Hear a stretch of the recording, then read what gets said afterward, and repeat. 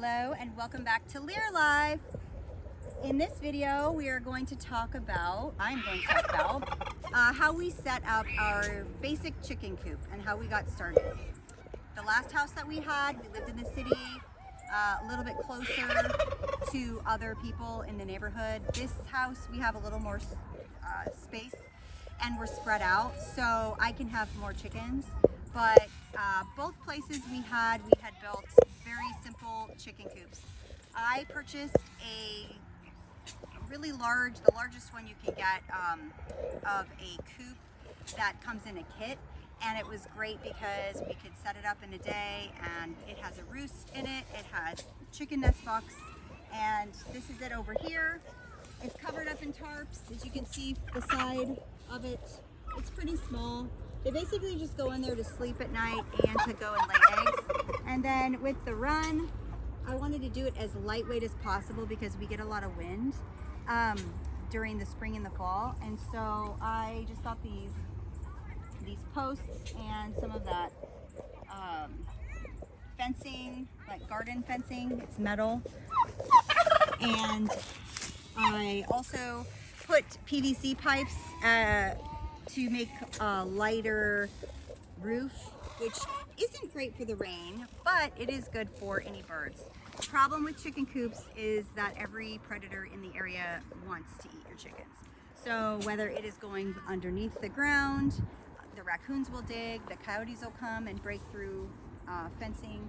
This is actually deer netting because the bird netting that I had was not strong enough and the raccoons could just tear it. So this stuff is very strong, but when the wind comes through, it doesn't move at all.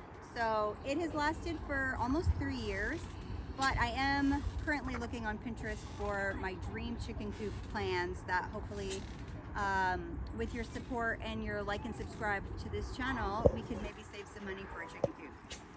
Had to throw that pitch in there. So in our chicken coop right now, we have about 23 or so chickens and a rooster. Oh, I don't know how many we have. How many do we have? 18? 23. We have 25 actually. No, we have 23. 20 something.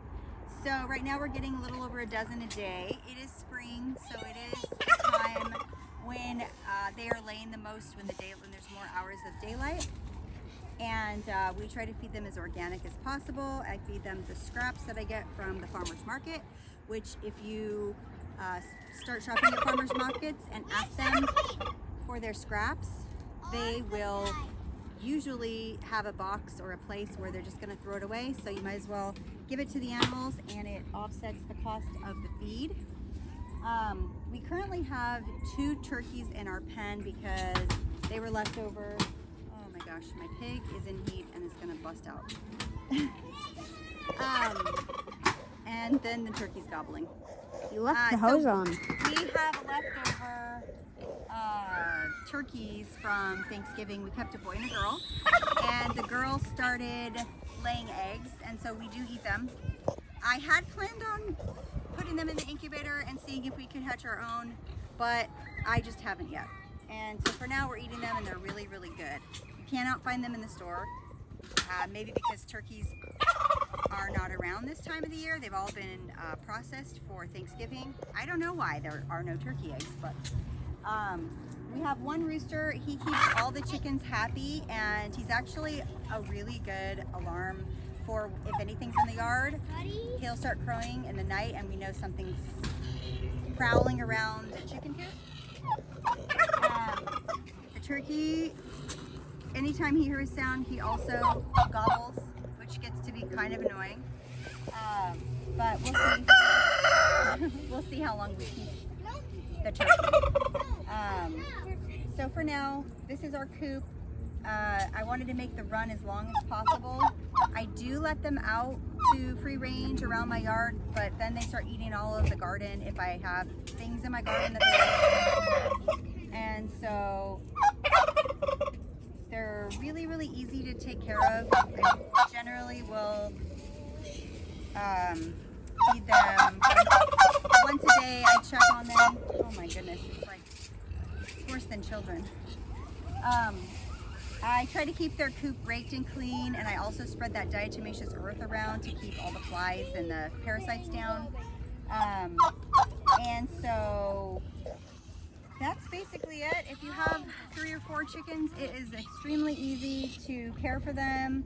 They're just one of the most simple, easy to care for pets, and they provide for you eggs, and they're probably my favorite because they are just so easy and so nice to watch.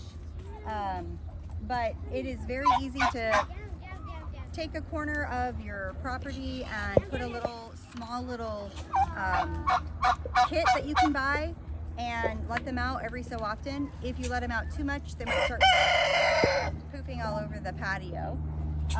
But for the most part, they are all friendly with our kids, and even the rooster.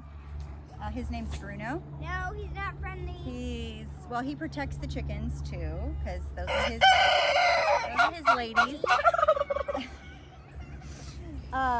So that's basically it. I'm gonna give them these scraps. I'm gonna fill up their feeder. I have this chicken feeder that has 3 holes in the front. And so far, this has been my favorite. Joey, you can come around here and show.